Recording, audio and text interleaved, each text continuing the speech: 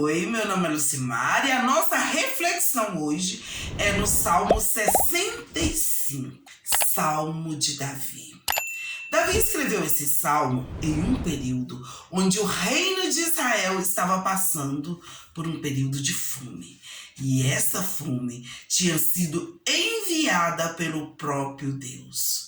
O motivo dessa fome está escrito no livro de 2 Samuel, capítulo 21, versículo de 1 a 14.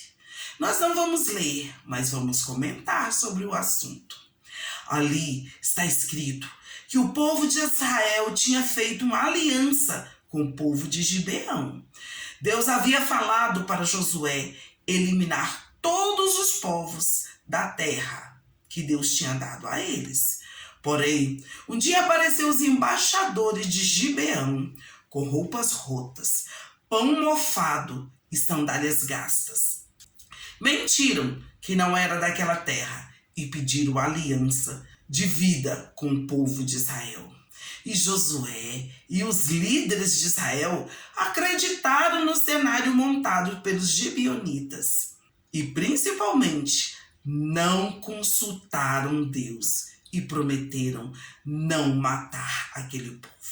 Anos mais tarde, sobe Saul ao trono. Saul sobe ao poder e mata os descendentes daquele povo, quebrando assim a aliança feita por seus antepassados.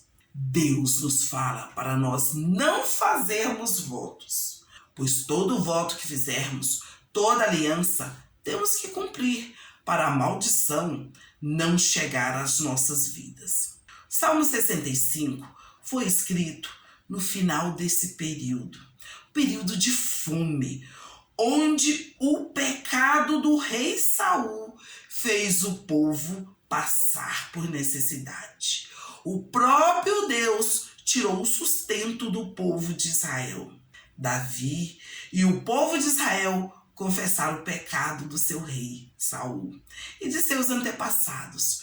Procuraram os gibeonitas e perguntaram a eles como podia desfazer esse mal. Eles disseram, e Deus perdoou o reino de Israel. Então, após esse período de escassez, Deus derrama chuva e com a chuva vem a fartura de alimento. Um estado de bem-aventurança, um estado de felicidade, mais que feliz, bem-aventurado. Foi neste momento que Davi escreveu o Salmo 65, para falar sobre o estado de bem-aventurança dos filhos de Deus, dos escolhidos de Deus. O Salmo também descreve como o Senhor envia chuva e coisas boas para a terra. Davi, neste salmo, nos ensina como reagir às bênçãos que o Senhor nos dá. Para isso, ele faz uma longa narração bendizendo a Deus. Ele nos relata que quando recebemos uma bênção, em primeiro lugar, nós devemos ser agradecidos. Mas como ser agradecidos? Louvando ao nome de Deus. Mas como louvar o nome de Deus? Louvar a Deus é modo de vida, é viver como Jesus viveu, pregando o evangelho do reino de Deus em tempo e em fora de tempo, em todos os nossos atos, em tudo o que formos fazer. É perseguir a santificação em todo o momento. O Salmo 65 nos ensina que é um dever nosso louvar o nome de Deus pelas suas bênçãos concedidas a seu povo. Nós devemos pronunciar palavras de glória e honra a Deus. Doxologia, palavras de honras e glórias em todo o tempo. Isso equivale a não termos palavras tolas em nossos lábios. Título do salmo é Ações de graça pelas bênçãos das searas. ao mestre de cântico, louvor a Deus por uma colheita abundante. Quantas vezes nós paramos para agradecer a Deus por uma super safra? E olha que no Brasil temos várias super safra de milho, super safra de arroz. Nós temos que parar e pensar. Nós temos que ter o coração grato por tudo que Deus faz em nossas vidas. O Salmo é um cântico criado por Davi e enviado ao chefe dos músicos para ser cantado na congregação para adoração pública. O conteúdo do Salmo é o seguinte. Primeiro, bem-aventurança de louvar a Deus. Deus sempre espera que o louvemos. Deus ouve a nossa oração. Só Ele pode limpar a alma do pecador. E é um privilégio poder participar da casa de Deus. Segundo, as coisas pelas quais Deus deve ser louvado. Devemos louvar a Deus por sua bondade. Devemos louvar a Deus pelo seu poder. O Salmo é dividido em 3 partes. Na primeira parte, Davi louva a Deus por sua grandeza e por sua presença. Na segunda parte, ele louva a Deus pelo seu perdão e pela sua misericórdia. Na terceira parte, ele pede a Deus que responda às suas orações. Agora vamos estudar o Salmo, versículo por versículo. Versículo 1. A ti, ó Deus, confiança e louvor em Sião, e a ti se pagará o voto. Esse versículo nos fala sobre louvar a Deus após uma graça recebida, mesmo que a bênção veio após passarmos por um grande sofrimento. Para o povo de Israel havia faltado chuva, então lhes faltaram grãos, a terra ressecou. Faltaram-lhe pastos e rebanho, então faltou-lhe comida. Versículo 2. Ó tu que escutas a oração, a ti virão todos os homens. Davi deixa bem claro que Deus ouve as nossas orações, se a fizermos com foco unicamente em Deus. Pois para Davi não existia nenhum outro Deus, e ninguém e nada merece a confiança e a adoração dos homens. Todos devem dirigir os seus serviços ao soberano Criador. Versículo 3. Por causa de suas iniquidades se prevalecem as nossas transgressões. Tu nos perdoa. Nessa tradução, fica um pouco difícil de entender esse versículo. Então vamos ler na tradução NVI. Quando os nossos pecados pesavam sobre nós, tu mesmo fizestes expiação pelas nossas transgressões. O povo havia pecado. Eles fizeram votos sem consultar a Deus. Eles deram sua palavra para com os gibeonitas, que não os mataria, mas os mataram. Sofreram consequências que todos nós sofremos quando prometemos alguma coisa e não cumprimos. Mas quando nos arrependemos, Deus nos perdoa. O povo de Israel se arrependeu e Deus os perdoou, expiou os seus pecados, os purificou dos crimes e das faltas cometidas. Versículo 4. Bem-aventurado aquele a quem escolhes e aproximas de ti, para que assista nos teus atos. Ficaremos satisfeitos com a bondade de tua casa, o teu santo templo. Davi nos explica nesse versículo que Deus não nos escolheu porque temos alguma coisa especial, mas sim por sua infinita graça. E essa graça foi nos apresentado na pessoa de Jesus Cristo. Deus não tem predileção por uma pessoa em detrimento à outra.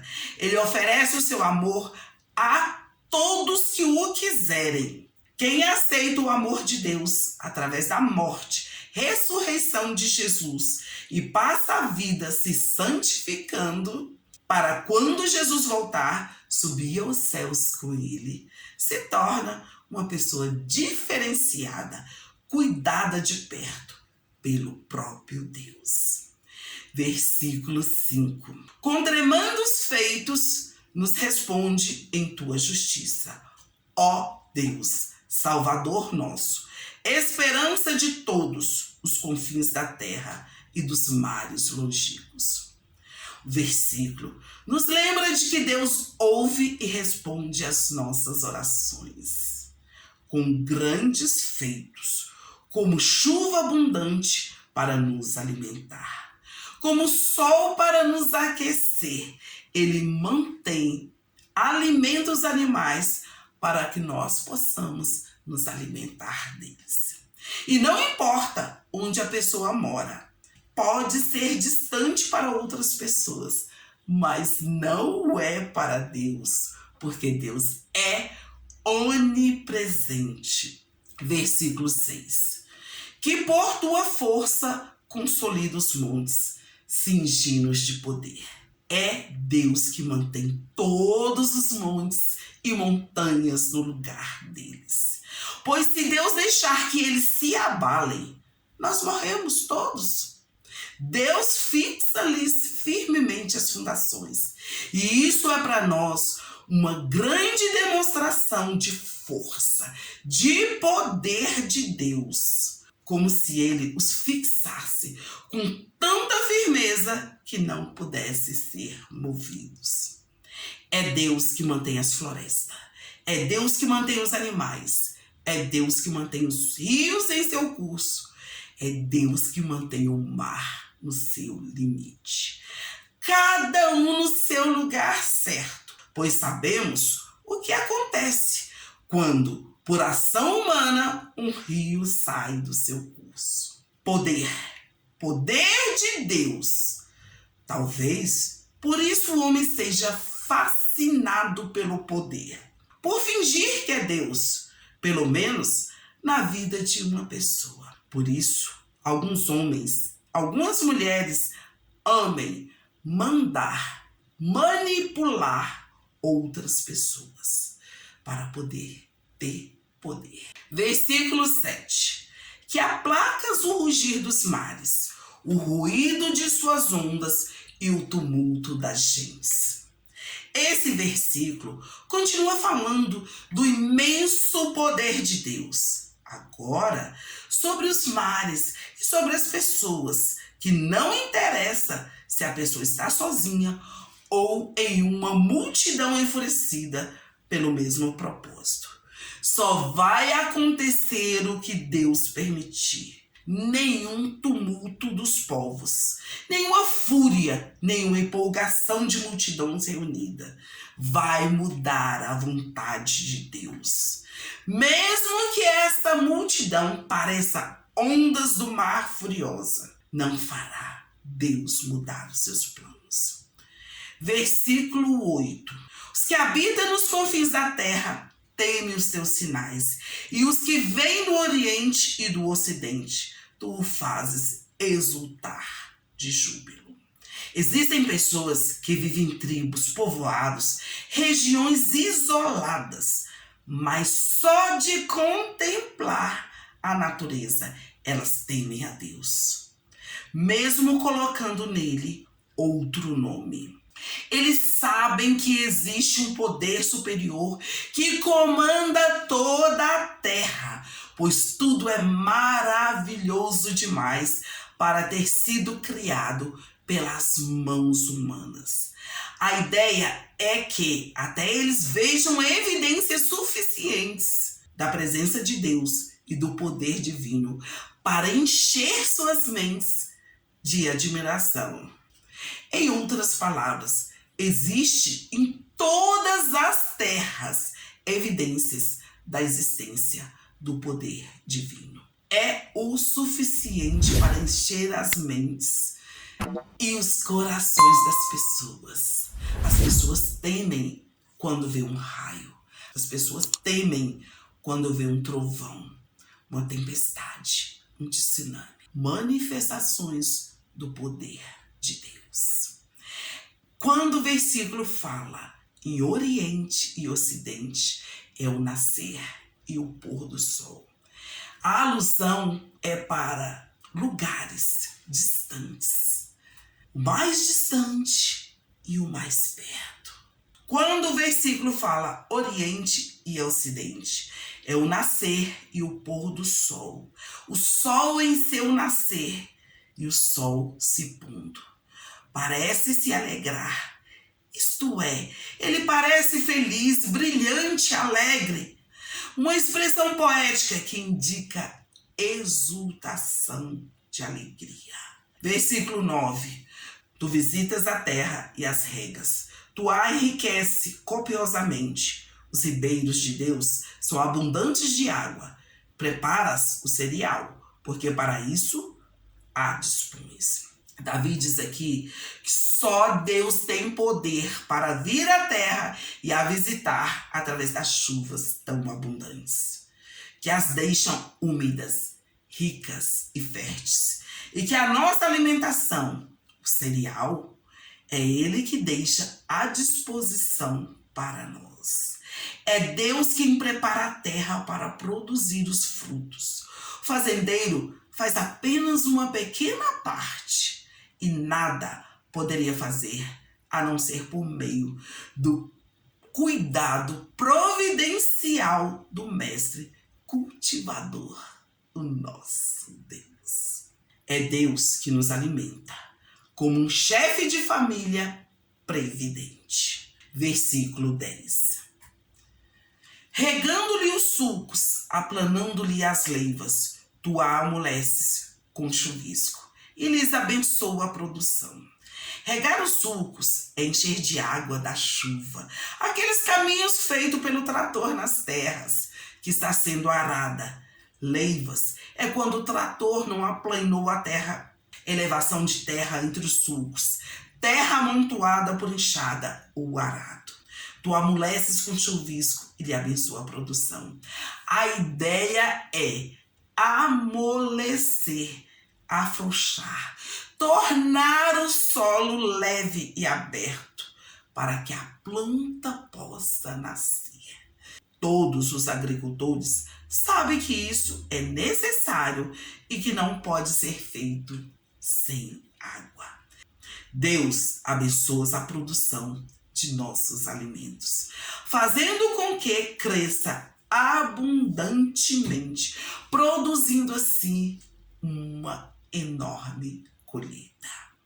Às vezes, nossas vidas estão tão ressecadas, são tantas lutas, tantas aflições, que nós vamos ficando como um deserto.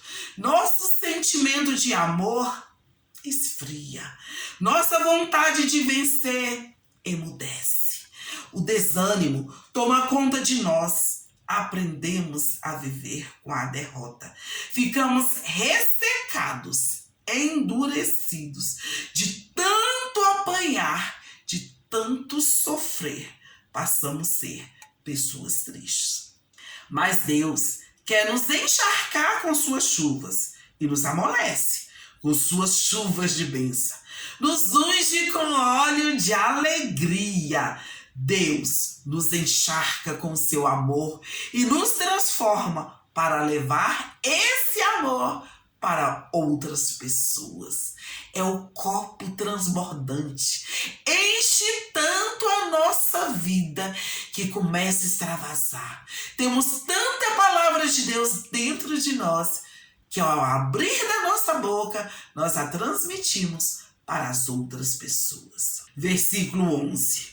Coroas o ano da tua bondade, as tuas pegadas destinam fartura. Nesse versículo, temos 3 palavras-chave: coroar, bondade e fartura. Coroar. Deus vai coroar o ano da tua bondade. Isso é profético. Deus está te falando neste momento. Ele vai coroar o ano da tua bondade. Quando nós ouvimos a palavra coroar, qual a primeira coisa que vem na nossa mente? A imagem de uma coroa, aquela que os reis colocam na cabeça. Ou então, a coroa de espinho que Jesus usou. Mas não é isso que está escrito aqui. A palavra no original hebraico é atar. Significa cercar, rodear. Por isso, o que o salmista realmente quis dizer é que seremos completamente cercados, rodeados, envolvidos pela bondade de Deus. Por onde você for, a sua bênção te seguirá. Por onde você for, por onde você andar, a bondade do Senhor vai estar com você. E isso é algo maravilhoso. Agora, essa palavra atar também tem outro significado em hebraico, que quer dizer proteger, guardar, ou seja, nós seremos cercados pela bondade de Deus para nossa proteção. Deus nos protegerá, Deus nos guardará. A segunda palavra é bondade. A Bíblia diz que nós seremos coroados pela bondade de Deus. Só que tem um detalhe importante sobre essa palavra. Em português, normalmente nós falamos algo bom, ótimo ou excelente. Para o judeu, não. Essa palavra vai muito além do excelente. É algo tão bom, mas tão bom que é impossível ficar melhor. Terceira palavra, fartura. Deus manifesta a sua bondade sobre nós com grande fartura. Nosso Senhor não é mesquinho. Ele não faz questão de nada. Pelo contrário, quando Ele resolve nos abençoar, Ele abençoa para valer. Tudo que Deus faz é com fartura. No Evangelho de João mesmo diz que o diabo veio para matar, roubar e destruir. O falso pastor, o falso mestre, veio para matar, roubar e destruir. Mas Jesus, o bom pastor, o bom mestre, veio para nos dar vida e vida com abundância.